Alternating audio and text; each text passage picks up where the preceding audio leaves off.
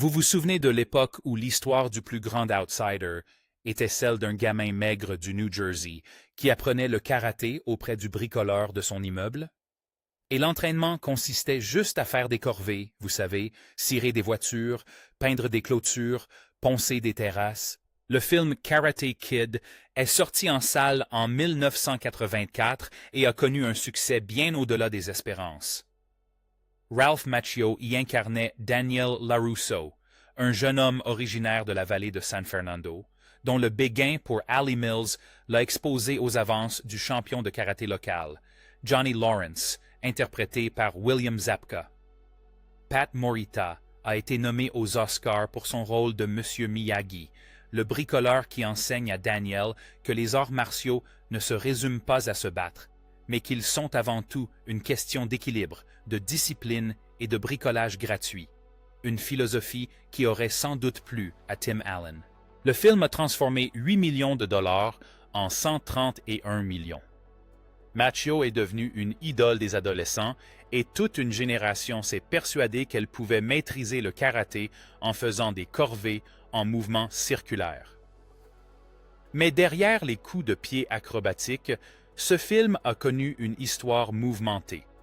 Un producteur qui ne voyait en lui qu'un rôle de sitcom, un acteur principal bien plus âgé que son personnage et une chanson thème que Rocky a refusée. Aujourd'hui, on vous présente 15 anecdotes insolites et fascinantes sur Karate Kid. Mais avant de commencer, n'oubliez pas de liker, de vous abonner et de partager cette vidéo avec tous ceux qui crient encore « balayage de jambes » à tort et à travers.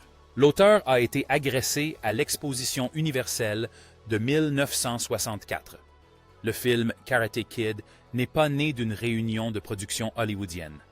Il est inspiré d'une véritable souffrance et d'une agression brutale qui a bouleversé la vie de Robert Mark Kamen en 1964. Kamen a été agressé à l'Exposition universelle de New York. Battu si violemment qu'il a pris la décision sur le champ que cela ne se reproduirait plus jamais. Il a donc commencé à s'entraîner. Son premier instructeur lui a enseigné une violence brute et agressive, idéale pour assouvir des fantasmes de vengeance, moins propice à la paix intérieure. Finalement, Kamen découvrit le Goju Ryu d'Okinawa, un style défensif qui consiste à retourner l'agression de l'attaquant contre soi. Ça vous rappelle quelque chose? C'est toute la philosophie de M. Miyagi.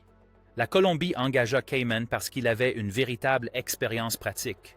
Ce n'était pas un scénariste feuilletant une encyclopédie entre deux pauses café. C'est pourquoi le scénario n'a jamais un ton moralisateur.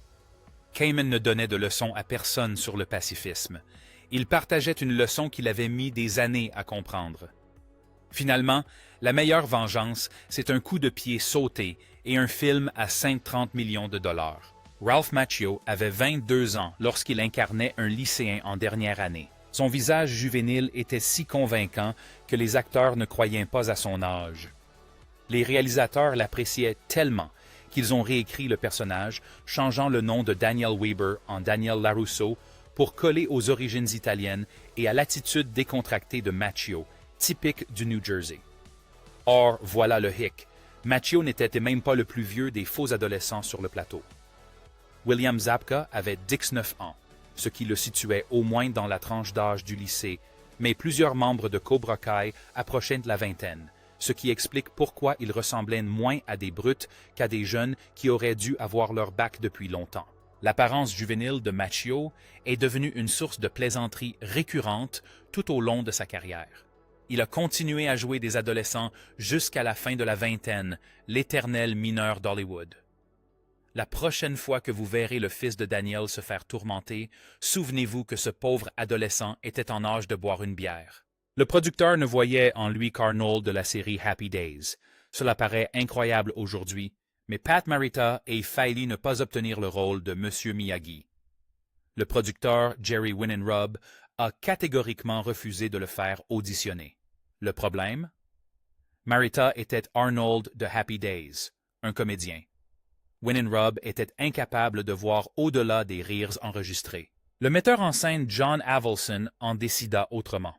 Il enregistra secrètement l'audition de Morita et prit Winrob par surprise lors d'une réunion de production.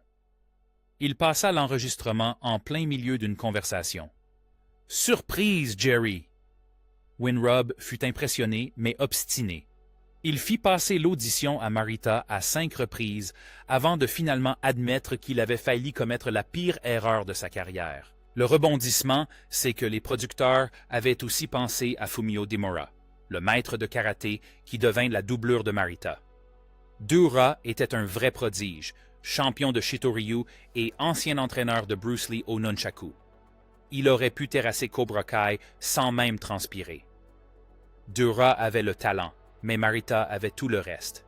Ensemble, ils ont créé l'un des personnages les plus attachants du cinéma.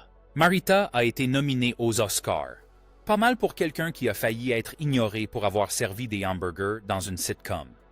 You're the Best a été écrite à l'origine pour Rocky III. Cette chanson du montage du tournoi, celle qui vous reste gravée dans la mémoire, n'était pas vraiment destinée à Karate Kid. Elle était en réalité prévue pour Rocky III. John Esposito avait composé You're the Best pour le prequel de Stallone, mais ce dernier lui a préféré Eye of the Tiger. Quoi qu'il en soit, You're the Best est resté dans les cartons jusqu'à ce que Karate Kid ait besoin d'une musique pour le montage du tournoi. Les réalisateurs l'ont alors utilisé pour accompagner les combats de Daniel Sand et ont créé un tube des années 80. Le plus drôle, c'est que les paroles n'ont absolument aucun rapport avec l'histoire de Daniel. L'histoire se répète. C'est un gamin maigrichon qui a appris le karaté il y a à peine 3 mois. Mais personne n'y a prêté attention, car la chanson était un véritable tube. Esposito lui-même a déclaré être reconnaissant que Stallone ait refusé le projet. Eye of the Tiger a remporté un Grammy. You're the Best a eu droit à un film où son optimisme démesuré était parfaitement justifié. Le rejet de Rocky est devenu le tour d'honneur de Daniel. Elizabeth Shue a été choisie en partie grâce à une publicité pour Burger King. Avant d'incarner Allie, elle était étudiante et payait ses frais de scolarité à l'ancienne, par le biais de publicités télévisées. S'il leur fallait une blonde innocente, elle était disponible. Cette publicité pour Burger King, dans le cadre de la campagne Battle of the Burgers, a attiré l'attention du réalisateur John Avildsen. Il avait envisagé Helen Hunt et Dim Moore pour le rôle d'Ally, mais Shue possédait ce charme de fille d'à côté qu'il recherchait et apparemment, elle a fait un carton avec son Whopper. Après avoir décroché le rôle, elle a intégré Harvard, mais a quitté l'université un semestre avant l'obtention de son diplôme pour se consacrer pleinement à sa carrière d'actrice. Elle a finalement obtenu son diplôme en 2000, 15 ans plus tard. Une publicité à succès a lancé sa carrière qui lui a valu une nomination aux Oscars. Je pense qu'elle a fait le bon choix. Le fameux coup de pied sauté a nécessité plus de 30 prises. Ce moment final où Daniel, en équilibre sur une jambe, décoche le coup de pied décisif qui lui offre la victoire au tournoi, est l'une des images les plus mémorables du cinéma des années 80. Il a pourtant fallu plus de 30 essais pour y parvenir. Avalon voulait un plan bas, large et parfaitement synchronisé. Ils ont essayé tous les angles jusqu'à obtenir celui dont on se souvient tous. Imaginez un peu ce qui se passe dans cette scène. Daniel est épuisé. Son genou est à peine fonctionnel suite à un coup illégal. Il boite et la foule est debout. Miyagi lui murmure un dernier conseil et Daniel décide de tenter la figure la plus impossible qu'il ait apprise, se tenir en équilibre sur sa jambe blessée. Johnny charge. Daniel se jette sur lui. Contact parfait. Tournoi terminé. Macchio mérite des éloges pour le coup de pied, mais William Zabka mérite des félicitations pour avoir donné vie à la scène.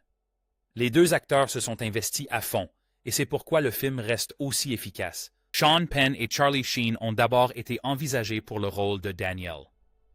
Avant que Ralph Macchio ne devienne Daniel LaRusso, le rôle a été auditionné par une bonne partie de la jeune génération hollywoodienne.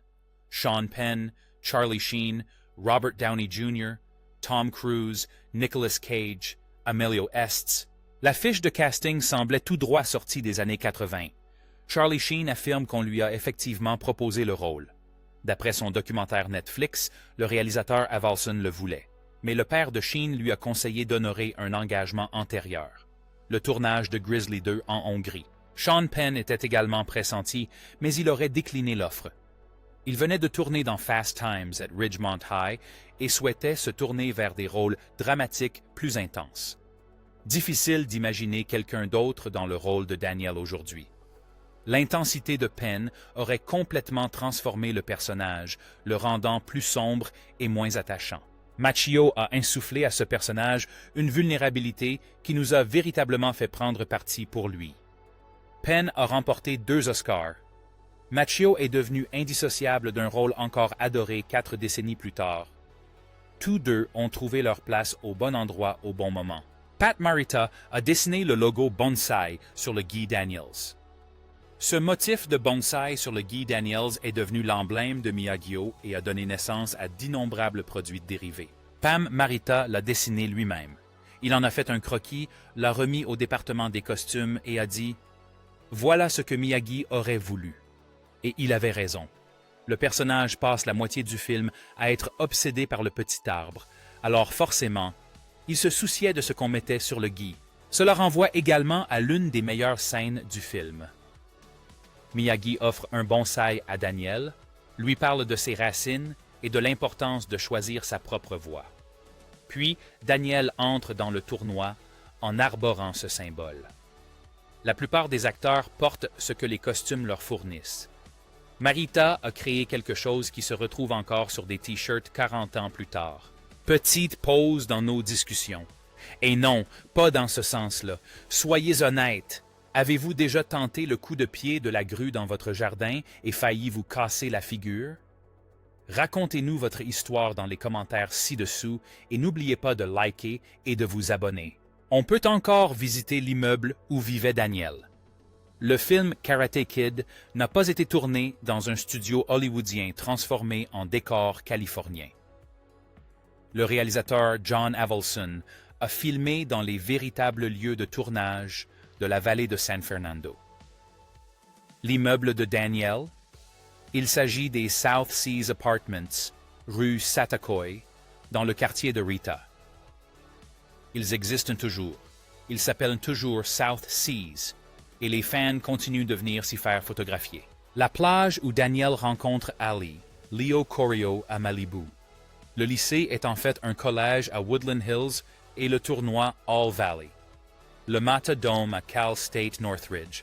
La seule exception était la maison de Miyagi, ce havre de paix dans le jardin avec ses bonsaïs et son bassin à Karpskoy. Eh bien, ils ont tout construit. Le jardin japonais, la casse, même les fausses voies ferrées autour d'une maison existante. Au moment de réaliser Karate Kid 3, le décor avait été démoli et ils ont dû tout recréer en studio. La scène du parking, dont le tournage a duré 3 ans. La fin que l'on connaît. Daniel gagne. La foule exulte. Image figée, générique. Ce n'était pas le plan initial. Le scénario a continué d'évoluer. Après la victoire de Daniel, l'histoire se poursuit sur le parking où Kreese perd complètement le contrôle. Il insulte Johnny, brise son trophée en 2 et commence à l'étrangler. Miyagi intervient, humilie Kreese sans même le frapper, et les élèves de Cobra Kai laissent tomber leur ceinture autour de leur sensei brisé. La scène était écrite, répétée et prête à être tournée. Puis les producteurs ont annulé le projet. Les spectateurs test étaient épuisés après le tournoi. Ajouter 5 minutes de confrontation supplémentaire aurait gâché l'enthousiasme. Le studio voulait voir le public triompher, pas un parking dévasté. La scène est restée dans un tiroir jusqu'à ce que la deuxième partie ait besoin d'une introduction. Ils l'ont finalement filmé, et cela fonctionnait encore mieux comme prologue. Un rappel que gagner le tournoi ne résolvait pas tous les problèmes. Ralph Macchio possède toujours le trophée et la voiture. Il y était très attaché. Des décennies plus tard, il possède toujours le trophée du tournoi All Valley. Le trophée même que Daniel brandissait au-dessus de sa tête lors de cette image figée triomphante. Elle se trouve quelque part chez lui en ce moment. Mais ce n'est pas tout. Il a aussi conservé la Ford Super Deluxe jaune de 1948, celle qu'on cirait et qu'on décollait sans cesse et qui a convaincu toute une génération que le detailing automobile était un véritable entraînement aux arts martiaux. Après le tournage du troisième volet, Columbia Pictures la lui a livré chez lui sur un camion plateau. Il n'a même rien eu à payer. Et puis il y a ça. Macchio a appelé son fils Daniel. L'acteur qui incarnait Daniel LaRusso, un rôle qui a marqué toute sa carrière, a regardé son nouveau-né et a dit « Tu sais quoi, Daniel? » Sa fille s'appelle Julia. Au moins, toute la famille n'a pas hérité des noms de ces personnages. Certains acteurs ont pris leur distance avec les rôles qui ont fait leur succès. Macchio a gardé la voiture, le trophée, et a donné à son enfant le nom du personnage. L'énorme incohérence du scénario que seul le livre corrige. Voici un détail qui vous a peut-être intrigué sans que vous vous en rendiez compte. Pourquoi la mère de Daniel travaillait-elle dans un restaurant? La seule raison pour laquelle Lucille LaRusso arrache son fils adolescent au New Jersey et l'emmène à l'autre bout du pays, c'est pour un emploi chez Rocket Computers. Voilà le point de départ. C'est pourquoi la vie de Daniel bascule, pour reprendre les mots de Will Smith. Puis, le film n'en parle plus jamais. Soudain, elle est serveuse. Daniel se fait tabasser par des gosses de riches, et personne n'explique ce qu'il est advenu de son boulot dans l'informatique. La réponse existe, mais il fallait lire le roman dérivé pour la trouver. D'après le livre, Rocket Computers a fait faillite avant même que Lucille ne commence à travailler. Elle a tout quitté pour un emploi qui a disparu avant même qu'elle puisse prendre son premier jour. C'est un détail brutal qui ajoute une véritable dimension dramatique à l'histoire. Les Larus ne sont pas seulement nouveaux en ville, ils sont complètement démunis. Ils n'ont aucun filet de sécurité, aucun plan B. Ils vivent dans un immeuble délabré, car c'est tout ce qu'ils peuvent se permettre pour le moment. Le désespoir de Daniel, l'épuisement de sa mère, tout s'éclaire quand on comprend qu'ils survivent à une catastrophe et non qu'ils s'adaptent simplement à un nouveau quartier. Vive les livres! Enfin, presque. Clint Eastwood a interdit Coca-Cola à cause de ce film. Avez-vous remarqué combien de produits Coca-Cola apparaissent dans Karate Kid? Coca, Sprite, Minute Aid. Tous sont judicieusement placés tout au long du film. Les historiens du cinéma désignent précisément cette période, l'acquisition de la Colombie par Coca-Cola de 1982 à 1929, comme le point de départ du placement de produits modernes. Avant, les logos des marques étaient des détails de fond, mais après, ils sont devenus des impératifs, intégrés directement au scénario. Karate Kid, Ghostbusters, Stripes, tous ces films font partie de la même expérience d'entreprise. Ralph Macchio détestait ça. Il abhorrait particulièrement une scène de petit déjeuner où il devait prononcer « Minute Maid » à voix haute, comme s'il tournait une publicité. En signe de protestation, il a délibérément recouvert le logo Sprite de sa main dans l'atelier de Miyagi. Lorsqu'on lui a demandé de refaire la scène, il l'a laissé apparaître le moins possible à l'écran. Et là, ça devient mesquin. Clint Eastwood était en pourparlers pour réaliser Karate Kid à une condition. Son fils Kyle devait interpréter le rôle de Daniel. La Colombie a refusé, et Clint a claqué la porte, bannissant à jamais tous les produits Coca-Cola de ses tournages. Clint Eastwood contre le géant des sodas parce que son fils a été préféré à Ralph Macchio. Un cas de rancune légendaire. Le film est malgré tout devenu l'un des plus gros succès de 1984. Coca-Cola a obtenu son placement de produit. Macchio a pu masquer les logos de manière détournée dès qu'il le pouvait, et Clint a passé les 40 années suivantes à boire du Pepsi par dépit. Karate Kid est devenu un véritable phénomène. Le succès du premier film a donné naissance à une franchise qui perdure encore 4 décennies plus tard. Le deuxième volet a emmené Daniel et Miyagi à Okinawa en 1986. Le troisième volet, sorti en 1989, a mis en scène la vengeance de Terry Silver.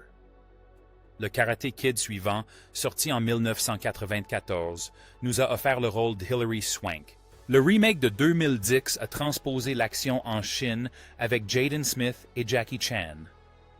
À l'époque, la plupart des fans pensaient qu'il s'agissait d'un univers parallèle. Puis est arrivé Cobra Kai. La série de 2018 reprend 34 ans après l'original. On y suit Johnny Lawrence au plus bas et Daniel LaRusso, homme d'affaires prospère, qui ravivent leur rivalité à travers leur dojo concurrent. YouTube l'a lancé. Netflix en a fait un phénomène. Et elle a duré 6 saisons, jusqu'à sa fin en février 2025. Mais Cobra Kai ne s'est pas contentée de revisiter l'original, elle a tout réinventé. Daniel était-il vraiment le héros? Johnny était-il la victime? Soudain, une histoire simple de petits poussets révéla des complexités insoupçonnées. Puis, en mai 2025, Karate Kid Legends débarqua au cinéma, reliant officiellement le remake de 2010 à la chronologie originale en associant Daniel, interprété par Machio, à Monsieur Han, interprété par Jackie Chan. Un film modeste de 1984, racontant l'histoire d'un gamin du New Jersey, devint une franchise multigénérationnelle s'étendant sur 4 décennies, 6 films et une série télévisée de 6 saisons. On met de la cire, on enlève la cire depuis 41 ans et ce n'est pas fini. Le Karate Kid ne connaissait absolument pas le karaté. Le plus étonnant, c'est que Ralph Macchio, la star du film, était incapable de donner un seul coup de poing lorsqu'il est arrivé sur le plateau en 1984. Il avait bien pris quelques cours de jiu-jitsu vers l'âge de 10 ans, mais c'était tout. Aucune véritable formation en arts martiaux. L'écrivain Robert Mark Kamen le décrivit plus tard comme un petit garçon maigrelet et filiforme, totalement incapable de pratiquer le karaté. En revanche, Macchio excellait en claquettes. Il commença les cours à 3 ans, et cette expérience lui apporta la coordination et la discipline nécessaires pour apprendre des chorégraphies complexes, même s'il n'avait jamais donné un seul coup de pied, le chorégraphe de combat.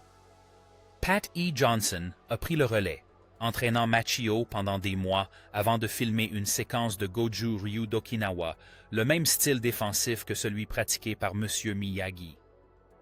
L'approche de Johnson était chirurgicale, enseigner à Macchio précisément ce dont il avait besoin pour chaque plan, répéter jusqu'à ce que le résultat soit convaincant et filmer avant que les automatismes ne s'estompent. Pendant ce temps, les acteurs de Cobra Kai s'entraînaient séparément à des styles plus agressifs afin de préserver l'authenticité de la tension à l'écran. Les scènes de tournoi, si triomphantes, sont le fruit d'une chorégraphie minutieuse, conçue pour donner l'impression qu'un danseur de claquettes est un champion de karaté.